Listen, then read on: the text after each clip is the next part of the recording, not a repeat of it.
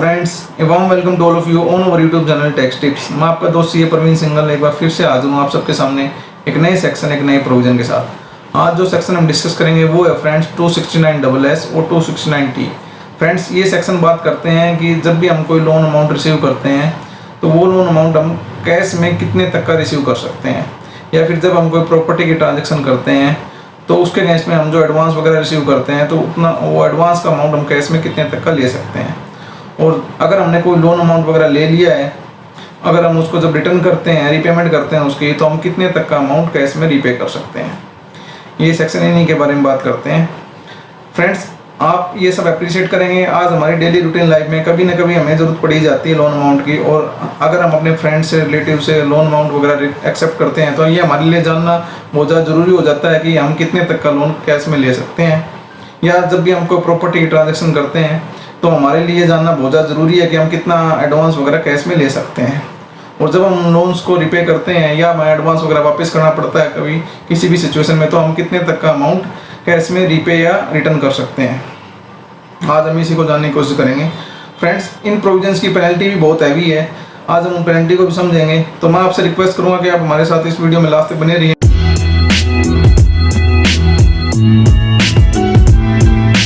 जी friends अब हम इन sections को डिटेल में समझने की कोशिश करते हैं। सबसे पहले हम बात करते हैं सेक्शन 269SS के बारे में। फ्रेंड्स ये सेक्शन बात करता है कि कितना लोन अमाउंट या कोई भी प्रॉपर्टी के ट्रांजेक्शन में जो भी एडवांस आप लेते हैं वो आप कितना कैश में एक्सेप्ट कर सकते हैं। फ्रेंड्स इस सेक्शन में जो लिमिट है वो है 20,000 रुपये की। मतलब क्या है कि 20,000 से नीचे तक का जो अमाउंट है वो आप लोन के रूप में ले सकते हैं, या फिर किसी प्रॉपर्टी के अगेंस्ट में आप एडवांस 20,000 रुपये से नीचे तक का अमाउंट कैश में ले सकते हैं। बट अगर आप 20,000 या 20,000 से ऊपर का अमाउंट एक्सेप्ट करते हैं तो वो आपको बैंकिंग चैनल के थ्रू ही लेना पड़ेगा। फ्रेंड्स इस सेक्शन में जो अगर इस सेक्शन को आप वायलेट करते हैं तो जो उसकी पेनल्टी है वो सेक्शन 271D में स्पेसिफाइड है, जो कि है 100% of the amount involve. Means अगर आप जितना भी लोन अमाउंट वगैरह एक्सेप्ट करते हैं, जितना भी एडवांस लेते हैं प्रॉपर्टी के अगेंस्ट में, उसका 100% अमाउंट जो है उतनी पेनल्टी आपके ऊपर इम्पोज करती जाएगी अगर आप इस सेक्शन को वायलेट करते हैं। दूसरा फ्रेंड्स अब हम बात करते हैं सेक्शन 269T के बारे में।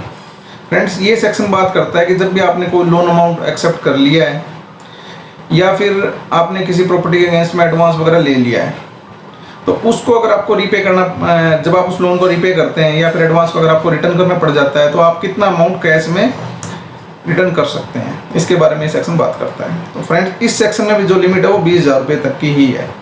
मीन्स आप 20,000 से नीचे तक का अमाउंट तो कैश में रीपे वगैरह कर सकते हैं, बट अगर आपको 20,000 या 20,000 से ऊपर का अमाउंट रीपे करना है या रिटर्न करना है तो आपको बैंकिंग चैनल के थ्रू ही करना पड़ेगा। और अगर इस सेक्शन को भी अगर आप वायलेट करते हैं तो इसकी जो पेनल्टी स्पेसिफाइड है वो सेक्शन 271E में स्पेसिफाइड है, जो कि है 100% ऑफ द अमाउंट इन्वॉल्व। इस सेक्शन में भी फ्रेंड्स जो पेनल्टी लगती है इसको वायलेशन करने की वो 100% ऑफ द लोन अमाउंट है जो आप रीपे कर रहे हैं। फ्रेंड्स अब हम इन सेक्शंस के प्रोविजंस को एक एग्जांपल की सहायता से समझने की कोशिश करते हैं, जिससे हमें पता लगा कि कैसे ये सेक्शंस हमारे डेली रूटीन लाइफ को अफेक्ट कर सकते हैं। फ्रेंड्स मैं एक एग्जांपल ले लेता हूँ। सपोज एक पर्सन है, उसको 2 लाख रुपये की पेमेंट करनी है अपने बच्चे की फीस वगैरह की पेमेंट करने के लिए, और उसने वो 2 लाख की पेमेंट करने के लिए चेक पहले ही एक PDC चेक इशू कर रखा है, पोस्ट डेटेड चेक जो होता है वो इशू किया हुआ है। उसके अकाउंट में अब 1 लाख रुपये अवेलेबल है, उसको अब 1 लाख रुपये की और ज़रूरत है। उसके लिए वो अपने एक फ्रेंड को अप्रोच करता है और उसका फ्रेंड उसको कैश में 1 लाख रुपये प्रोवाइड कर देता है। अब उस पर्सन ने क्या किया, उस कैश को एक्सेप्ट करके अपने बैंक में वो 1 लाख रुपये जमा करा दिए, और उससे वो जो 2 लाख रुपये का चेक उसने इशू किया हुआ था उसको, उस चेक को उसने क्लियर करा दिया।